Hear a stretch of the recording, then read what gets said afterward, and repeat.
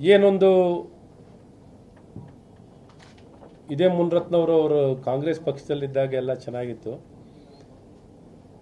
ಮತ್ತು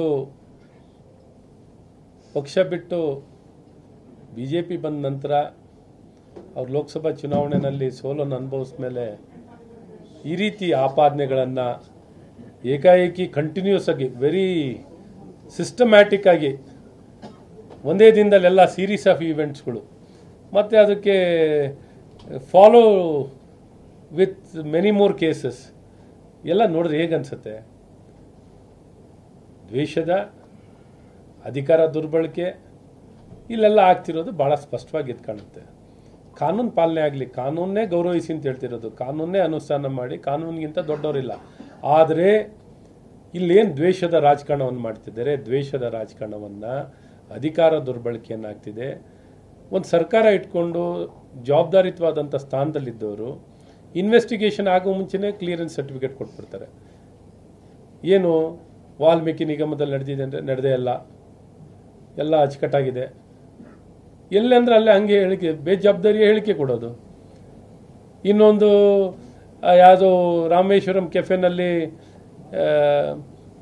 ಭಯೋತ್ಪಾದಕರು ಅಲ್ಲಿ ಬಂದು ಬಾಂಬನ್ನು ಹಾಕಿದ್ದಾರೆ ಅಂದರೆ ಏನು ಬಿಸ್ನೆಸ್ ರೈವಲರಿ ಅಂತ ಹೇಳ್ಬಿಡೋದು.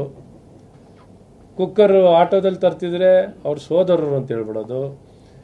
ಎಲ್ಲ ಈ ಜವಾಬ್ದಾರಿತ್ವದಂಥ ಸ್ಥಾನದಲ್ಲಿ ಇದ್ಬಿಟ್ಟು ಸರ್ಕಾರ ನಡೆಸೋರು ಹೇಳಿಕೆನ ಇದಕ್ಕೆ ಕುಮ್ಮಕ್ಕು ಯಾರೋ ಲೀಡರ್ಗಳು ಕೊಡ್ತಾ ಇದ್ದಾರೆ ಅಂತ ಹೇಳೋದು.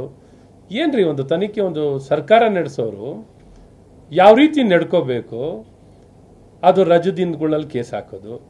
ಇವ್ರಿಗೇನು ಕಾನೂನು ಬಗ್ಗೆ ಗೌರವ ಇಲ್ವಾ? ಓಕೆ, ಕಾನೂನು ಬಗ್ಗೆ ಗೌರವ ಬೇಡವಾ?